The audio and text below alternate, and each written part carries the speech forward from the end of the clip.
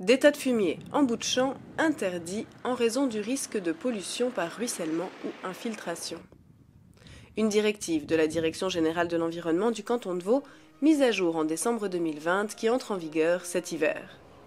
Les poulets de cet éleveur produisent 110 tonnes de fumier par année. Il a donc commencé la construction d'un espace de stockage. Je suis toujours à peu près voyant pour anticiper.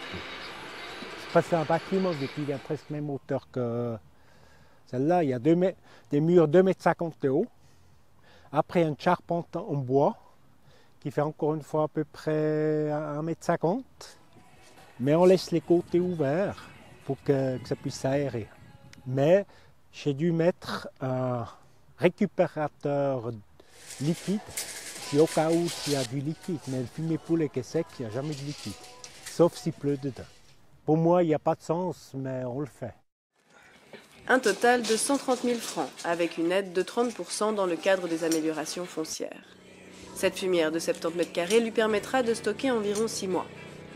Sur la même commune, le projet de Julien Beauvais est mis à l'enquête, 80 tonnes de fumier de poulet en ce qui le concerne. Du coup, il sera vraiment là, place de la machine à fumier, et puis qui remonte jusqu'à la benne un peu plus haut. J'avais un projet en mode silophos, mais qui est utile que pour du fumier.